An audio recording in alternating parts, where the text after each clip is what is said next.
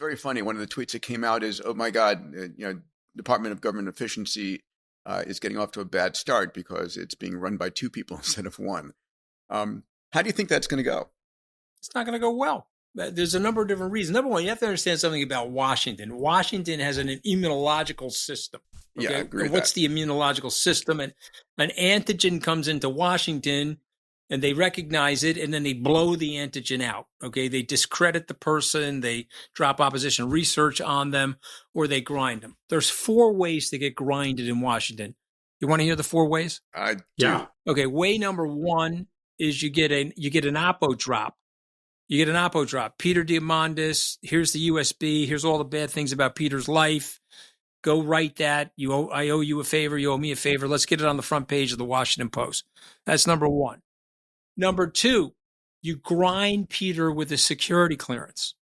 So you say, okay, I really hate Peter's guts. Let me call my buddies that are going to give him a security clearance and tell him that you can't get the security clearance. They did that to Jared Kushner. Grinding. Okay, number 3, Peter has an asset on his balance sheet that he has to dislodge, okay, to get into the government. Sometimes there's exceptions. Let me find the most painful asset on Peter's balance sheet. Maybe it's his favorite thoroughbred horse. Maybe it's his favorite hockey team. And we say, well, Peter, you got to sell that hockey team. Otherwise, you can't be the Secretary of Abundance, right? So they have processes to grind you, okay? The 4th way is the front stab. They come right at your face and they say, Peter, we hate your guts here in Washington. We don't want you anywhere near Washington. Okay, now the 4th way never happens. Okay, that's never happens. That's a Wall Street thing, okay? So there's 3 ways, not 4. But I just wanted to point out that the 4th way never happens, okay? So they're going to grind Elon. They're going to grind Vivek. And remember, the Department of Governmental Efficiency is not a department. It's never been created. You would need a vote in the Congress to create that department. You'd have to supply budget. Is it going to be a cabinet level department? And if it is, then there's a whole rigmarole that has to go through in the Congress. Just ask the people that formed the Department of Homeland Security. So, this is not something that can happen easily. And him teaming Elon with Vivek was a way for sending both of those guys out to pasture. Wow. All right, now they'll both probably be mad at me if they listen to your podcast, and they'll be like, "Fuck Mooch, what is he talking about?" But I know, fellas, okay, I have the Trump decoder ring. I know how the guy operates.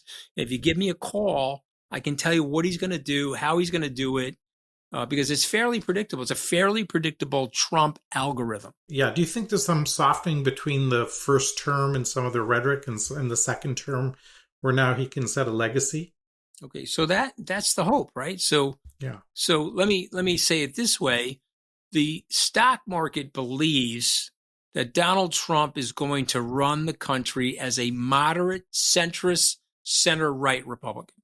The stock market believes what Peter is saying. You're going to get mild to massive deregulation, beneficial to biotech, beneficial to banking, beneficial to crypto. Okay, you're going to get policies that will foment peace in the Middle East and the Ukraine. You'll figure out a way to dial down the tension globally. And the market is telling you that the cultural stance that Donald Trump has taken, and don't underestimate the cancel culture in our society, the negative impact it has had on people. As evidence, my friend Scott Galloway would tell you that white men 18 to 36 have a 33% higher incidence of suicide than any other group of people.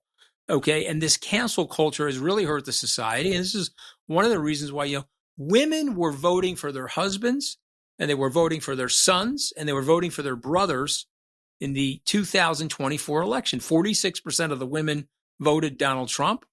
Over 50% of the white women voted Donald Trump. When asked, why are they doing that? We're done. We're tired of the cancel culture and the pronoun usage and the different bathrooms and the sports being screwed up by this nonsense that we're doing in the country. So for me, there is a shot here. Trump's 78 years old. He's got 4 years to run if he's going to respect the democracy. Some people think he's not going to. His rhetoric suggests that he may not. But if he's going to respect the democracy, why not run the government, I should say, as a transformative post-partisan figure He has this unbelievable opportunity, 78 to 82, transform the country. You know, the guy got shot at, I think on the 13th of July, okay, where it nicked his ear or something like that. I don't know exactly what happened, but he was bleeding. He was shot at, and it was a near miss, a near death experience. God forbid, no one would want that. We abhor political violence. But one would hope that that type of near death experience would hopefully transform him. Maybe he'll sit there and say, I've got 4 years. I'm going to bring Peter in to learn about abundance. I'm going to bring Salim in to learn about entrepreneurship. And I'm going to push an agenda that's healing and unifying to the country. That could happen. But there's another scenario that happens that could be ugly for the country, and it would be sad if it happens.